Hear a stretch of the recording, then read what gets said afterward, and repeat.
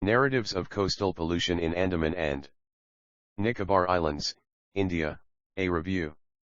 Abstract: previously published research reports encompassing various topics viz., coastal water quality, heavy metals, and plastics from Andaman and Nicobar Islands, ANIS, were reviewed. It was understood for the review the coastal water quality around Port Blair is deteriorating owing to the presence of more than half of the island's population and the rest of the islands are pristine. Since the ANIS are devoid of major manufacturing industries, the region is free from heavy metal pollution.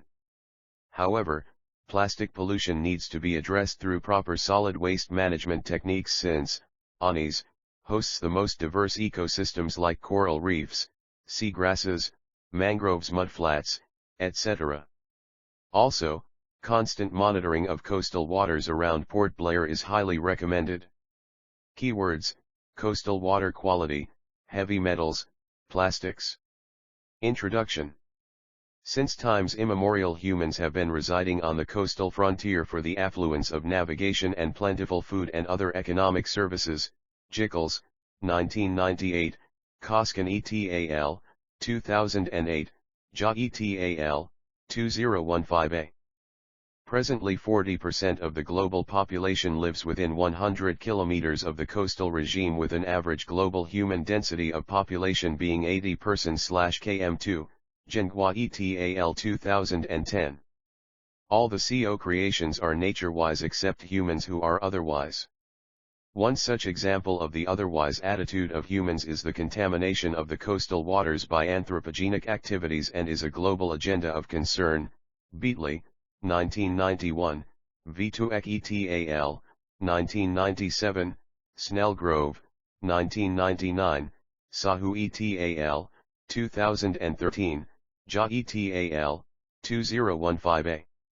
India is one of Asia's largest country, houses a dense human population with heavy rainfall and tropical climate, leading to the exoneration of pollutants, domestic wastes as compared with other regions of the world, has a harmful influence on the quality of the coastal waters.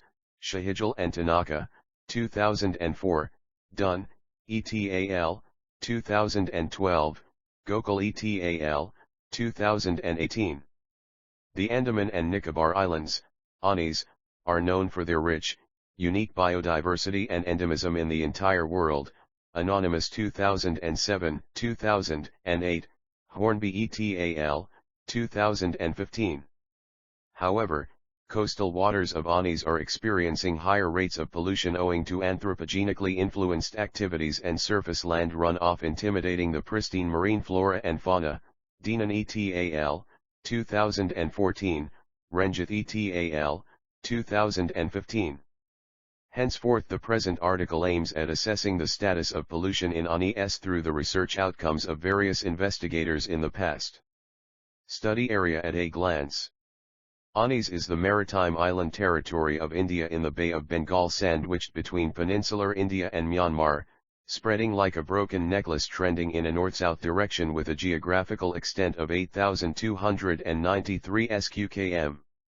Bounded by the coordinates 92 degrees to 94 degrees east and 6 degrees to 14 degrees north, it is an archipelago with 500 islands/islets, stretching over 700 kilometers. As per the census of India 2011, there are 38 inhabited islands with a population of approximately 3,56,000. They are closer to the Indonesian landmass than to mainland India, 1,200 kilometers, with the southernmost island, Great Nicobar, only 150 kilometers from Sumatra, and the northernmost landfall, Diglapur, North Andaman, 190 kilometers south of West Myanmar, Figure 1. These islands are forming two major groups, popularly known as Andaman Group or the Northern Group of Islands, and Nicobar Group or the Southern Group of Islands. The capital town of all the groups which form the Union Territory is Port Blair. Out of 500 islands, only 38 of them are inhabited.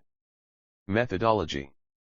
The objective of the present study was comprehended through the retrospection of previous publications by various researchers in the study area on coastal marine pollution. Coastal water quality.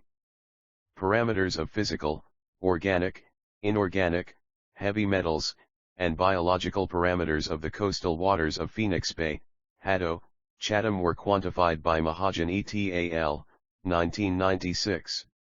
According to them, the heavy metals concentration and physicochemical parameters in their study area were within the Indian standard permissible limits. High values of chloride, total hardness, and conductivity were recorded. High oil and grease concentration were due to the routine maintenance of the inter-island, mainland boat, and ship services. The coliform count is also high in the coastal waters of the study area owing to the anthropogenic influence, fecal contaminants. Ishwar et al., 2001, reported on the moderate to intense blooming of a dinoflagellate called Noctilucus scintillans around Port Blair during northeast monsoon, June and July, of 2000. They opined that the bloom was not always concurrent with the nutrient influx of monsoon in Port Blair Bay. The results of Nalatambai et al. 2002, on the heterotrophic bacterial around 6 stations viz., Aberdeen Bay, Phoenix Bay, Haddo, Jungliat Bay, and Men Bay suggests that Aberdeen Bay has the highest count of diseases causing fecal contaminants like Vibrio cholerae, Vibrio parahemolyticus, causes cholera, Escherichia coli, dysentery. They also opined that the region with rolling topography escorts the anthropogenic contaminants to the coastal waters as runoff during meteorological events. Spatial variation of hydrochemical and physicochemical characteristics was studied by Mujula et al., 2011, around 6 stations of Port Blair Bay viz., Flat Bay, Mini Bay, Jungliat Bay, Haddo, Aberdeen Bay, Phoenix Bay. They concluded that high values of nutrients in the coastal waters resulted in enhanced primary productivity. Also, they noted that off the 6 chosen stations Jungliat and Men Bay is polluted by anthropogenic activities and emphasized to safeguard the interest of the local fisherfolk community in and around Port Blair waters. Arun Kumar et al., 2012, reported on the high intense bloom of nitrogen-fixing cyanobacterium Trichodesmium erythraeum at Bermanalla during summer, March 2012. They opined that an increase in the sea surface temperature and salinity in presence of excesses of nutrients are the causative factors for the bloom. Karthik et al., 2012, reported on the same red tide species as Arun Kumar et al., 2012, from the same station from September 2011 to March 2012.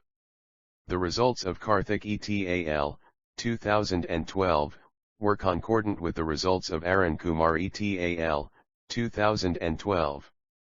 A preliminary assessment of physicochemical and biological parameters of coastal water of Trice Island, Nicobar was conducted by Begum et al., 2012, and concluded that the coastal waters of the island were free from anthropogenic sources of pollution.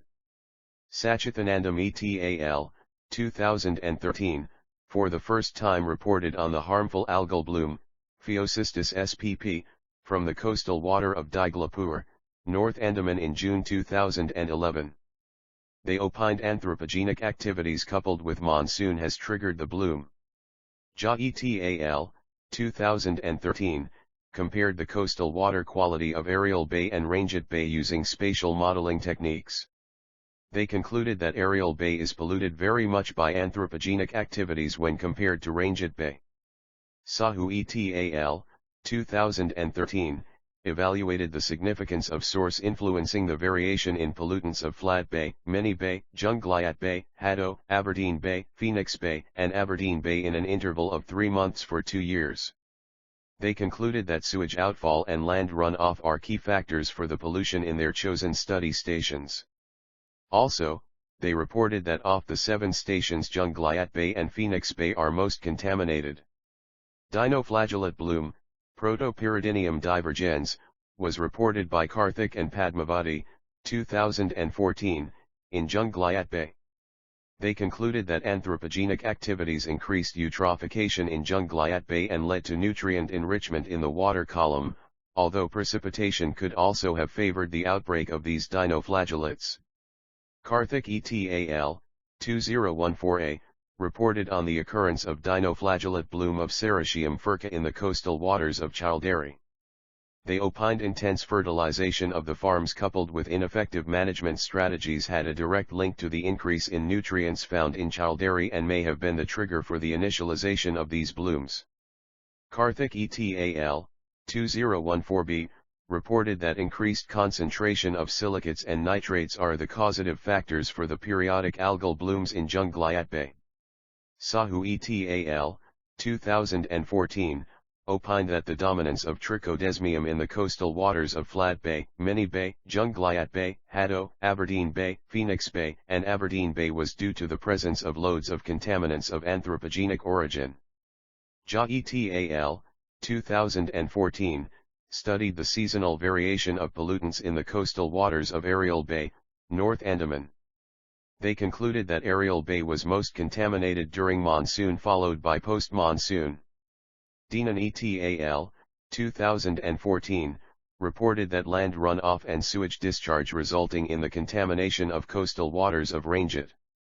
Begum et al. 2015, concluded in their research that the persistence of nuisance algal blooms in Junggliat Bay and Haddo are due to anthropogenic activities. Ranjit et al. 2015, reported that the deterioration of coastal water quality of Phoenix Bay was due to anthropogenic influences such as boat traffic, tourism, and urban settlements. Jha et al. 2015a, after analyzing the water quality of Chidiatapur Bay concluded that the region is undisturbed. Jha et al. 2015b, compared the status of pollution in various sites viz., Ariel Bay, Ranjit Bay, Port Blair Bay. Chidiatapur Bay concluded that Port Blair Bay is highly polluted and Chidiatapur Bay as pristine. Franklin et al. 2018, constantly monitored the status of pollution in 6 stations viz., Flat Bay, Mini Bay, Junggliat Bay, Haddo, Aberdeen Bay, and Phoenix Bay for a period of 5 years, 2011 to 2015, and concluded that Phoenix Bay was most polluted followed by Junggliat Bay. Heavy metals. Sujata and Analia, 1981, studied the occurrence of trace metal, Lloyd, S in the waters of the Andaman Sea. They concluded that the long-term distribution of trace metal, Lloyd, S dissipated with depths. Trace metal concentration viz., CD, PB, and Hg in the tissue samples of fishes from Andaman waters were studied by Kureishi et al. 1981-1983 and found that the analyzed trace metal, Lloyd, S were high in the liver. On the contrary, the concentration was less in the edible part of the fish, mussels. Nobi et al. 2010, investigated trace metal, Lloyd, S in 16 locations of various ecosystems viz., mangroves, seagrasses, dead corals, and sandy beaches of the Andaman Islands. They opined the concentration of analyzed trace metal, Lloyd, S were compared to be less than the values from mainland India. However, the values of Cr and Cd were higher than the background values. Enrichment of trace metal, Lloyd, S in 8 seagrasses species from Andaman was studied by Thangarajau et al. 2010.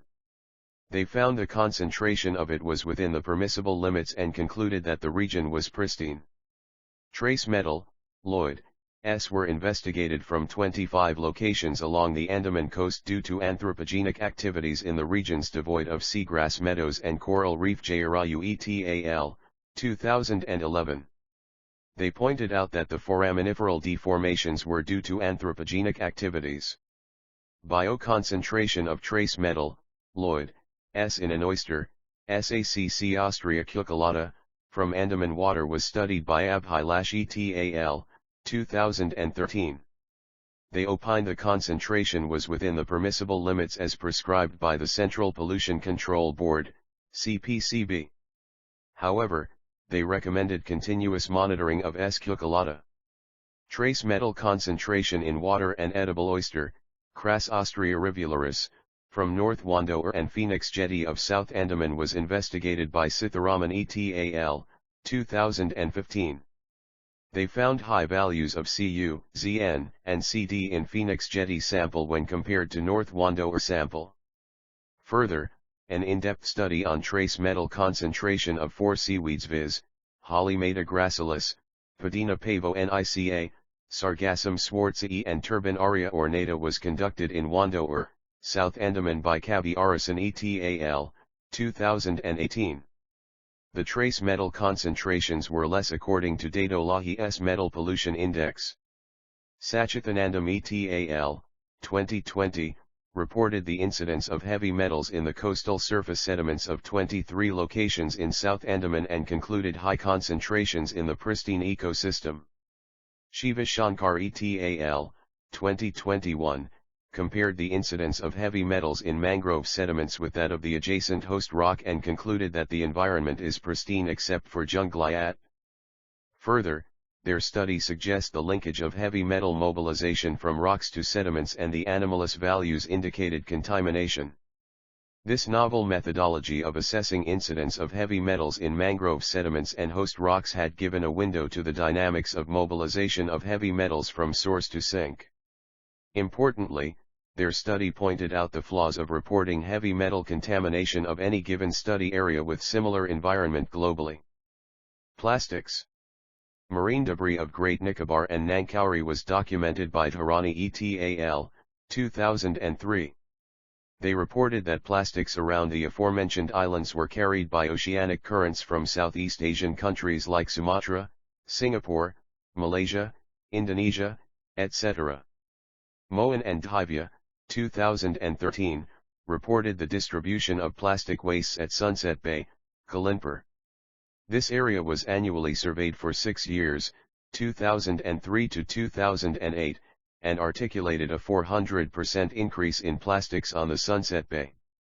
Based on the preliminary report submitted Kaldharan et al., 2017, indicated that plastics in Anis was highest, 47%, among other coastal states. Assessment of macro debris including plastics in mangrove and sand dune ecosystems of Carbon-S Cove was carried out by Kavi Arasan and James 2017. According to them, the macro debris were endangering sensitive ecosystems like mangroves and sand dunes. Occurrence, distribution, and composition of microplastics in the sediments of 8 South Andaman beaches via Hado, Carbon-S Cove, Rangachang, Bermunala, Kodiagat, Shotabalu, Wandower and North Wandower was studied by Arun Kumar et al., 2020. They concluded that improper solid waste management, tourism, and marine activities were the reason for the prevalence of microplastics in the chosen 8 beaches. Also, they emphasized that the presence of microplastics would threaten the balance of the fragile marine ecosystem. Goswami et al., 2020, reported on the bioaccumulation of microplastics in marine organisms like zooplankton, finfishes, shellfishes, and sediments as well from 4 sites Port Blair region. They recorded high amounts of microplastics from zooplankton communities. Krishnakumar et al., 2020, studied the presence of various classes of macro-mesomicroplastic debris in 20 sites of Anis. They opined that the plastics were escorted by oceanic currents and deposited on the coastal front. Also, they concluded that the plastics were contributed by tourists, shipping activities, and improper handling of solid wastes. A study on microplastics was conducted by Goswami et al., 2021, in the continental shelves of Andaman Sea and Arabian Sea. Their results articulate that the incidence of microplastics was less in the former location in comparison to the latter site. The scanning of previous literature clearly articulates that the coastal water quality of Anis are good except around Port Blair.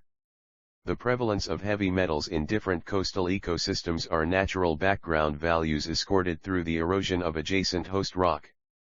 Plastics in the coastal and marine environments are the matter demands due consideration. Out of more than 500 islands, only 38 islands are inhabited by humans but rank first in plastic pollution in India, Kaldharan et al. 2017. The prevalence of plastic debris in the coastal waters of Anis can be attributed to tourism, fishing, oceanic currents, and improper solid waste management. Conclusion. A review of the research reports on the status of pollution in the coastal waters of ANIS suggests 1. Paucity of continuous and regular pollution data from Nicobar Group of Islands. 2. Most of the research are focused around Port Blair regions as it houses more than half of the human population and the center for all the rest of island activities. 3. Few scientific investigations on Ranjit Bay in Middle Andaman and Ariel Bay in Diglapur, North Andaman suggests that the coastal waters are polluted but not as much contaminated as Port Blair Bay. 4. Among various locations in Port Blair region, Phoenix Bay, Junglayat Bay, and Min Bay are most polluted. Immediate intervention of the Andaman administration to curb the anthropogenic activity and sensitize among the common public about the importance of these coastal waters is the need of the hour. 5. Pollution of the coastal waters will have a direct bearing on the fishery potential of the island. 6. Sensitive ecosystems like coral reefs, mangrove, and the seagrass will be drastically affected by the pollution. 7. The presence of disease-causing bacteria would result in a massive outbreak of disease, incurring huge financial liabilities to the Andaman administration. 8. A constant monitoring of pollution, especially coastal waters of Port Blair region, is highly recommended. 9. Installation of plastic recycling units, and 10. Implementation of proper solid waste management techniques.